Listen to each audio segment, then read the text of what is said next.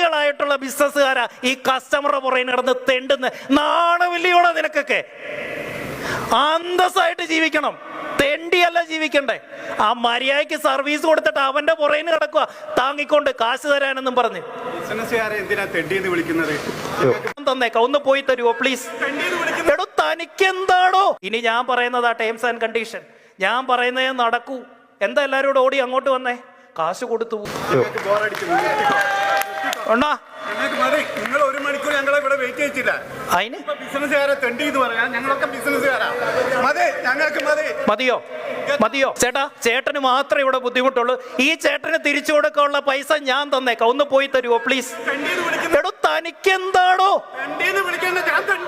എടോ ഇയാളെ വിളിച്ചോ? ഞാൻ എന്റെ പൊന്ന് ചേട്ടാ, ഞാൻ ചേട്ടനെ വിളിച്ചോ?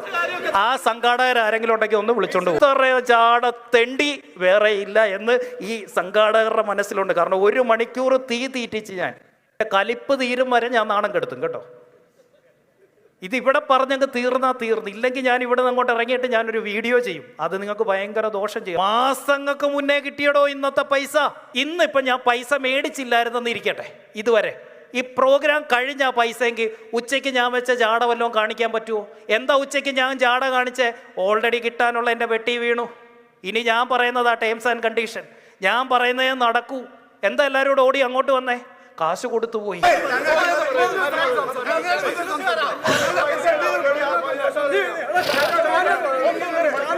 എടോ തന്നെ വിളിച്ചോ? ഞാൻ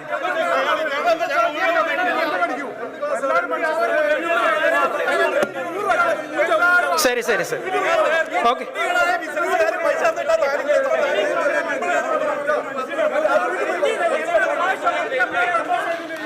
ഓക്കെ.